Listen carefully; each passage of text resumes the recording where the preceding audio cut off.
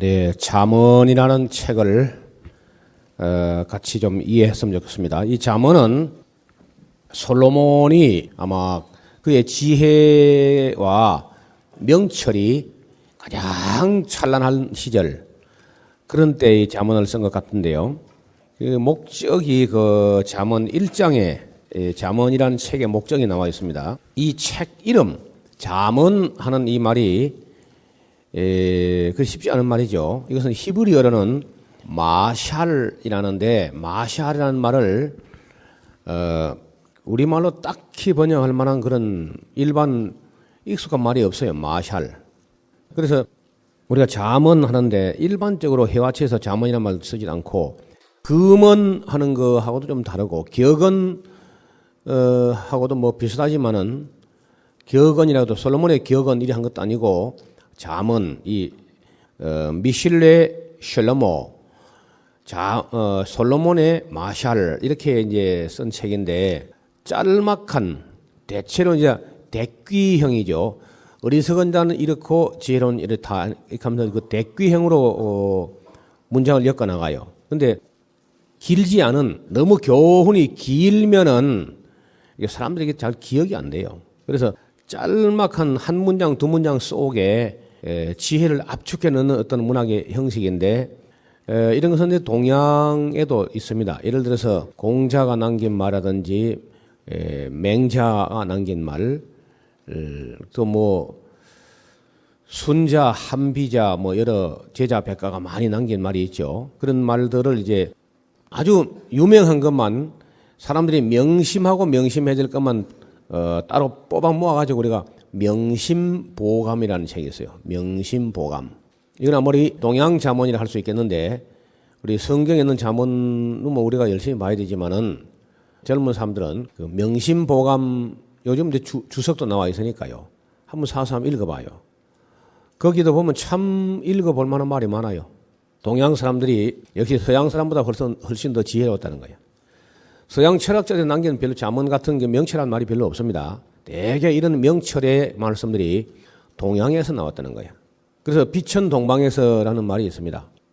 서양 사람들은 동양 사람들이 준 걸 가지고 많이 생각을 하지만은 그렇게 위대한 그 사상이 서양에서 잘 나오는 게 아니야. 원래 이제 그 모든 종교의 발원지는 동양이고 또 이런 지혜와 명철도 동양에서 나왔어요. 그런데 물질 문명 같은 건 이제 서양에서 많이 발달됐습니다만은 정신 문명, 정신 문화 이런 것들은 우리 동양이 훨씬 앞섰습니다. 그래서 동양 사람이 서양에 가서 신학을 한다, 난 별로 그렇게 뭐 시덥지 않게 생각해요. 그래서 제가 안 갔다 아닙니까? 자기가 내 얘기를 와야지 내가 왜 가? 그래서 저는 서양에 가서 신학을 할 마음이 전혀 없습니다. 이 영적인 세계, 정신적 세계, 그 지혜와 총명과 명철의 세계는 동양이 훨씬 더 앞섰습니다. 언제든지. 성경 이 자체가 동양서 나온 거예요. 그 다음에 성경뿐 아니라, 공자, 맹자, 석가 이런 쪼로아스터, 이런 사람들 다 이 동양서 나온 사람들. 나름대로 다 대단한 종교를 만들었는데, 진리에 있어서는 좀 우리가 많이 비평할 여지가 있습니다만은, 인도 사상 속에 우파니샤드라든지 바가밧기타라든지 베다라든지 이런 그 경전들 보면요 굉장한 지혜가 있습니다. 불교 철학도요 거기에 무슨 영생하는 건 없지만은 굉장히 철학을 했어요. 오죽해서 8만 대장경이 나오겠어요. 그래서 지혜라는 것을 보고 말할 때 동양이 서양보다 앞섰다는 것을 우리가 긍지를 가지고 서양 사람들은 부러워할 게 없어요. 물질 문명 해봤자 우리가 이미 다 배웠잖아요. 서양의 거 우리가 못 배운 벌써 끝냈죠, 우리가 다. 우리가 지금 앞섰잖아, 우리가. 반도체 분야 우리가 더 앞서버리고, 보이지 않는 세계, 지혜와 총명과 명철의 세계, 하나님의 세계, 이런 것까지 추구하는 사람이 동양 사람이기 때문에, 동양 사람들이 서양 못 따라갈 거 아무것도 없어요. 금방 따라갈 수 있죠. 근데 솔로몬은, 일단 아내가 너무 많아, 그렇죠. 아내가 많은 데다가 그 아내들이 또 자녀를 낳아봐. 1,000명의 여자들이 하나씩 낳으면 아들, 딸이 1,000명, 둘씩 낳으면 2,000명, 셋씩 낳으면 3,000명. 계산하기 좋죠, 그냥. 3명씩만 낳으면 큰 교회죠. 3,000명이니까. 근데 그때는 뭐 딱히 무슨 학교라는 게 없으니까 그 일단 왕비들에게 이 잠언을 가르쳐서 그 왕비들이 그 자녀를 가르치면은 학교를 뭐 특히 갈 수 있는 시대가 아니니까 그 자손들이 지혜롭게 되지 않겠나 아마 그런 생각을 가지고 잠언을 쓴 것 같아요. 그 2절 보세요.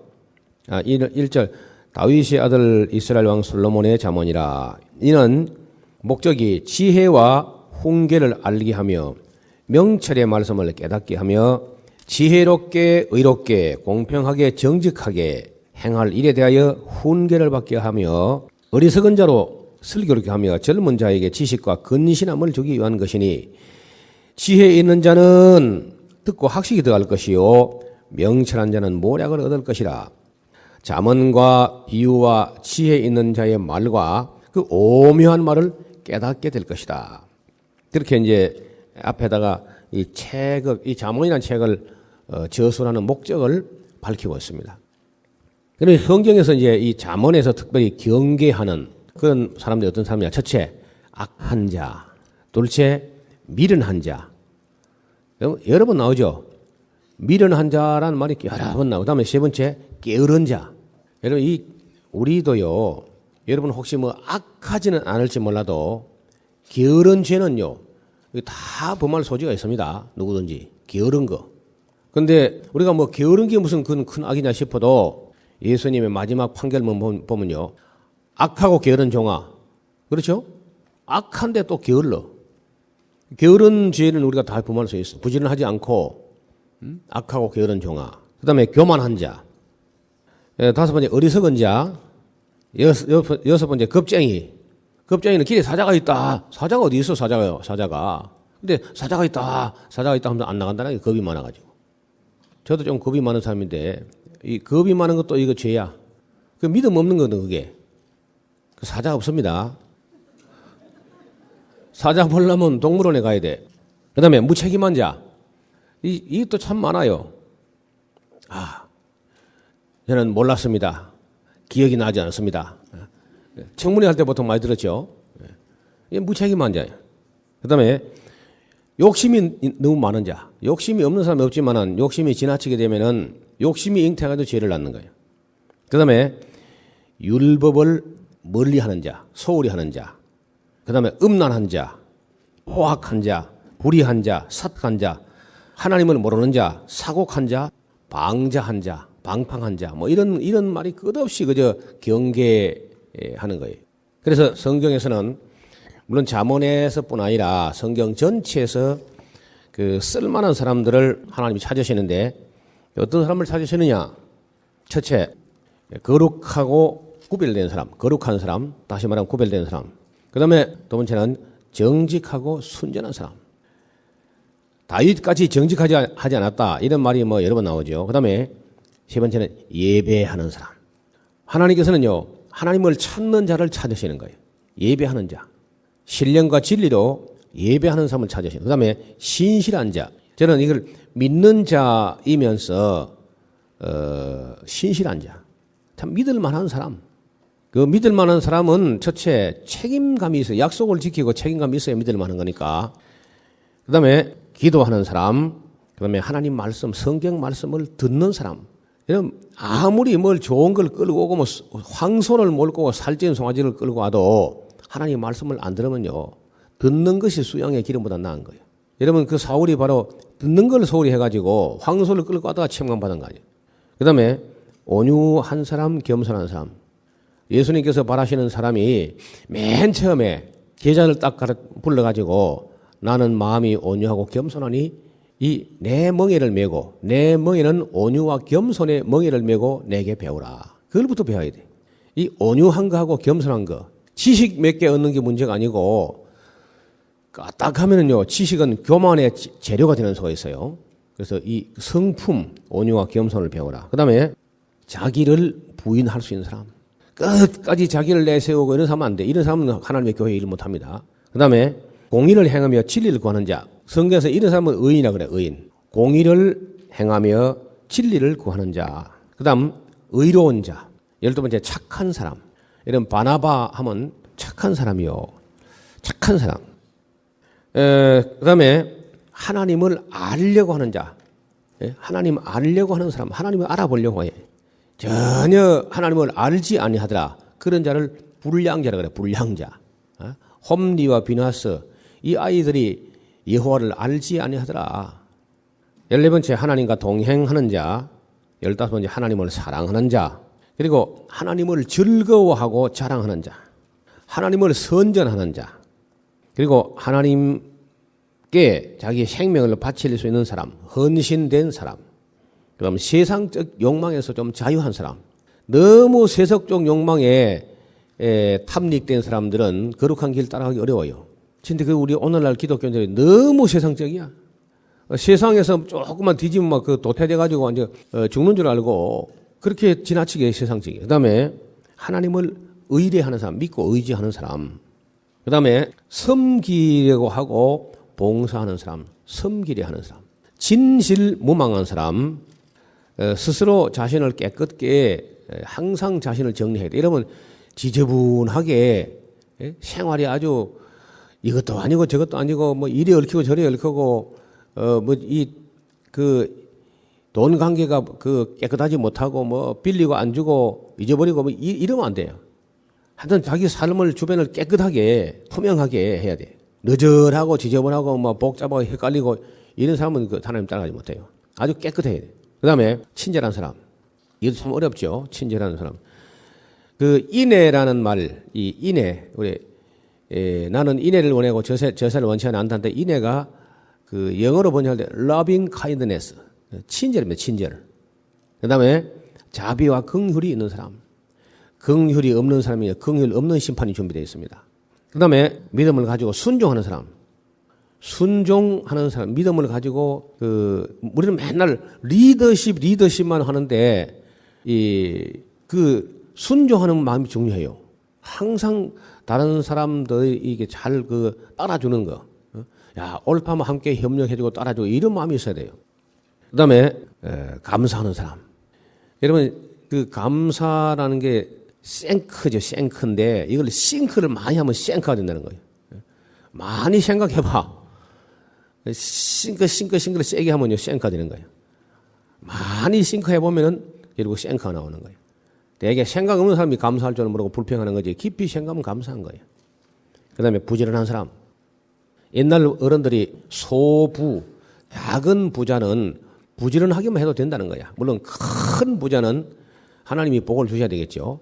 소부는 유근이요 대부는 유천이라 그런 말이 있어요.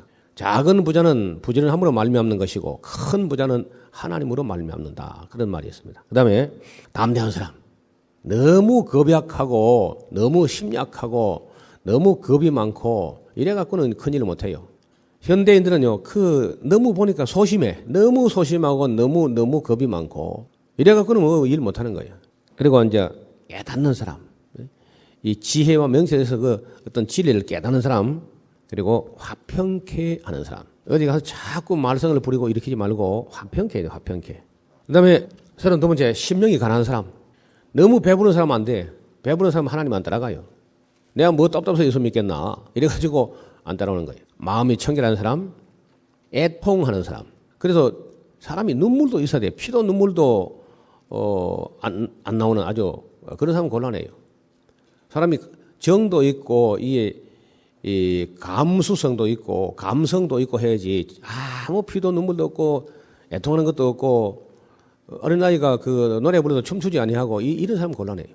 피리 부르도 노래하지 않고 즐거워하는 사람과 즐거워할 줄 모르고 애통한 사람과 함께 울어줄 줄 모르는 그런 사람들은 일하기 어렵다. 그 다음에 의를 위하여 핍박을 감내할 수 있는 사람.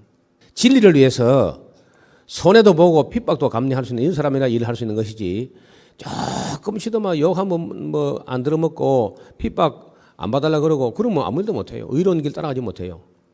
그 다음에 의에 줄이고 목마른 사람. 참 의로운 길이 어디 있냐 하고 이걸 목말라 해야지. 그 다음에 은혜와 진리를 사모하는 사람. 이 사모하는 마음이 없으면은 어디가 받지도 못합니다. 그 참 은혜를 은혜로 알고 진리를 진리로 깨닫고 즐거워하고 진리와 함께 기뻐하고 이런 마음이 있어야지. 이런 감각도 없는 사람들은 그 일 못해요. 그 다음에 여호와의 율법을 즐거워하는 사람. 억지로 하는 거예요. 즐거워하는 사람. 그 다음에 규례와 법도를 잘 지키는 사람. 제가 저도 뭐 가끔 이게 운전하다 보면은 나도 모르게 나도 운전을 잘못 배운 것 같아요. 그래도 딴 사람보다는 내가 상당히 법규를 잘 지킨 편인데도 그래도 내가 보니까 실수를 많이 해요. 근데 한국 사람은 뭐 법규가 없어요. 그 다음에 재주만 있으면 안 되고 재주와 재덕을 겸전한 사람. 재주만 있으면 조조가 돼버려요. 조조가. 그래서 재주도 함께 있고 유비헌덕처럼 덕망도 있어야 돼요. 덕이 사람이. 그 다음에 끊임없이 배우려는 사람. 이게 겸손이죠. 사실요. 끊임없이 배우려는 사람. 배우기를 중단하는 것이 바로 교만이야. 그리고 마지막으로 하나님을 경외하는 사람. 하나님을 두려워할 줄 알아야 돼요. 여러분 성경 공부하는 목적이 여호와 경외하기를 배우게 할지니라 그렇잖아요. 그러니까 적어도 이런 40가지, 42가지를 이야기했는데 약간의 뭐 중복도 있을 수 있지만은 한 40가지 정도 가지고 한번 시험을 쳐봐요 스스로. 나는 정말 이런 사람인가 이렇게 해보면은 거기 한 7, 80점 나오면요 그건 좋은 사람이야. 거기 뭐 50점도 안 나온다. 뭐 천당 간데 지장이 없습니다만은 그래. 일꾼 되는 데는 미흡해요. 일꾼이 되려면 하나님의 일꾼이 되려면은 이런 덕망을 갈고 닦아요. 제가 이것은 창세기부터 계시록까지 공부하는 중에 하나님이 이런 사람 그러니까 이걸 다 갖추기는 어렵습니다만은 이 중에 그래도 몇 가지라도 있어야 돼 사람이. 만약 여기 하나도 해당 안 된다. 그럼 그냥 보따리 사고 집에 가는 게 좋아요. 그런 사람은 뭐 그런 사람이 여기 왔겠나 하기야. 그래서 하나님께서 아무나 붙잡고 일하는 것이 아니고 이런 어떤 준비된 사람 그릇 그 바탕이라든지 이런 그릇이 돼야 돼요. 아무나 교육해도 그래요. 미련한 사람은 절구통에 넣고 공이를 찧어도 그 미련 안 벗어진다는 거예요. 미련한 사람은 하나님도 감당을 못해요. 그래서 성경에서 하나님께서 쓰시려고 하는 어떤 사람을 여러 곳에서 이렇게 주는데 제가 한번 정리를 해보니까 하나님이 이런 사람을 원하신다는 거예요. 그래서 읽어보시고 단히 자기를 쳐서 끊임없이 자기를 쳐서 복종시켜야 돼요. 그런데 이것이 굳어버리면 안 돼요. 나이가 50, 60 넘어가면은 참 어렵습니다. 어려워요. 그래서 여러분 어린 아이들 학교 갈 때 왜 미술 공작 시간에 꼬무차력이라고 준비하라 그러죠. 챙겨 주신 경우가 있을 텐데 그 꼬무차력이 굳어지기 전에는요 어느 쪽으로든지 주물 수 있습니다. 마음대로 주물 수 있어요. 그런데 굳어버리고 나면요 망치로 가지고 시작해. 이건 안 돼. 그래서 나이가 너무 들어버리면 굳어버리면 안 되고 굳기 전에. 그래서 사람은 다른 동물에 비해서 영아기, 유아기, 유년기, 소년기, 청년기 이게 굉장히 길게 잡혔습니다. 인생 한 3분의 1 동안은 안 굳었고 적어도 한 30년 동안은 굳어지지 않아요. 거의 잘 안 굳습니다. 안 굳어지고 여전히 다 가능성이 있습니다. 근데 한 40 넘어가면 참 어렵죠. 그 잘 안 고쳐져요. 50 넘었다 그러면 그건 뭐 거의 구제불능에 가깝습니다. 60 넘으면 딴 데 가서 놀아요, 그냥. 그럼 아이고, 참 내가 잘못 살아왔구나 하는 깨닫기는 하지만은 고친다는 거는 거의 어렵습니다. 예외도 있죠, 예외도. 제가 아침인가 한번 이야기했죠. 90세에 교회 나와서도, 변화된 사람 보지만은 그건 참 90만 무제 일이고, 저는 젊어서 마땅히 행할 길을 어린 나이 때 가르쳐요, 어린 나이. 그래서 집에서 어머니가 이미 된 사람이나 앞으로 어머니가 될 사람들은요, 자문을 부단히 읽어야 됩니다, 부단히. 그리고 제가 지금 여기 42가지로 하나님이 찾는 사람, 이런 사람이다 하고, 물론 이걸 다 갖춘 사람은 쉽지 않겠습니다만은 적어놓고 다 좀 읽어봐야 돼요. 그리고 아이들 훈육할 때도 어떤 모형을 딱 보여주고 이런 모습이다 하고 엄마 아빠가 또 해야 또 아이들이 따라하지. 엄마 아빠가 뭐 떼먹었는데 아이들이 안 됩니다. 그 교육이 안 되는 거예요. 애들은 시키대로 하는 게 아니고 보는 대로 한다, 보는 대로. 한 몇 년 전인데요. 신문 인터넷판에서 보니까 그거 아마 한 2살 됐거나 3살도 안 돼 싶은데 엄지발가락을 가지고 TV 스위치를 켜는 걸 갖다가 사진을 찍어가지고 그걸 또 자랑이라고 올려놨어. 그 누구한테 배웠겠어? 그 엄마가 이제 누워서 엄지발가락 가지고 TV 가지고 스위치 팍 누르는 거, 그 폭을 키라고 눌렀다고 그걸 아마 하는 걸 아이가 본 거야. 근데 엄마는 다리가 길어서 누워서도 되는데 지는 다리가 짧아서 누워서 안 되고 일어서도 안 돼. 일어서도 안 되니까 두 손을 가지고 발을 들어가지고 엄지발가락 가지고 TV 스위치를 누르는 걸 갖다가 엄마가 그걸 보고 잘했다고 그걸 또 올려놓은 거예요. 보는 대로, 아이들은 보는 대로 하는 거예요. 근데 부모님들이 먼저 그 자신을 부단히 그저 가다듬어서 그 하나님께서 기뻐하시는 사람들, 이런 사람들이다 하는 걸 주의하라, 묵상에 주의하라. 그 우리 한국 교회에 아주 난 유명한 인물이 한 분 있는데 세계 침례교 한 2억 침례교인들의 총재가 된 사람이 있잖아요. 김장한 목사님이라고. 조그마한 사람이 저 미군 부대 하우스보이로 시작해가지고 세계 2억에 넘는 기독교 침례의 총재가 된 사람인데 이분이 참 지혜가 많아요. 이분은 눈 한 번 깜짝일 때마다 지혜가 나오는 거예요. 그래 아시아 방송이라든지 극동 방송이 만들어가지고 얼마나 위대하니 합니까 이 양반이. 그런데 이분의 일평생 원칙이 있는데 매일 아침 잠언을 한 장씩 읽어요. 매일 아침. 이게 31장까지 있거든. 그러니까 한 달이면 꼭 한 번씩 읽어지는 거야. 1년에 잠언을 12번을 읽었으니까 1년에 12번 읽으니까 10년은 120번. 근데 수백 번 읽었을 거 아니에요. 지금 나이가 70쯤 됐으니까 수백 번 읽었어요. 그러니까 지혜가 있는 거잖아요. 정말. 여러분 지혜를 철시 없어서 하지 말고 잠언을 읽어봐. 거기 인생의 공식이 어려운 난관을 만났을 때마다 풀어가는 공식이 쫙 나와 있어요. 여러분 수학을 풀 때 공식을 알고 있으면 쉽죠. 공식을 모르고 그냥 혼자 전부 일일이 계산하려고 하면 그건 끝없이 어려운 거네. 근데 마치 잠언 같은 이 미실레 솔로몬의 마샤라고 하는 것은 그야말로 인생의 난제를 슬기롭게 능률적으로 풀어가는 그런 공식이야, 공식. 이런 말씀들을 부단히 갈고 닦아서 우리 마음에 품고 있어야 판단을 빨리 할 수 있어요. 우리는 수없이 끝없이 매일 판단하고 매일 선택하며 우리 인생은 그 생각의 결과고 그 판단의 결과고 그 결단의 결과예요. 그리고 그 노력의 결과죠. 이런 것을 우리가 지혜도 없이 멍청하게 그저 세상 따라서 살다 보면 그저 흐늘하게 그저 세류 춘풍처럼 이렇게 하면 안 돼요. 흔들만들 해가지고 그렇게 철학도 없이 살아서는 안 되는 거라. 공식도 없이 철학도 없이 그저 바람 부는 대로 이렇게 살아서는 안 된다는 거예요. 그런 의미에서는 특별히 우리 여성들이 물론 남자도 읽어야 되지만 여성들이 잠언을 많이 읽어야 그리고 그 지혜를 아이들에게 꼭꼭 심어주는 것은 정말 세상을 이길 수 있는 세상을 능동적으로 아주 능률적으로 이길 수 있는 그런 지혜가 되겠죠. 이런 책이 잠언이었습니다. 자, 그 다음 우리 전도서로 넘어갑니다. 전도서 읽어봅시다.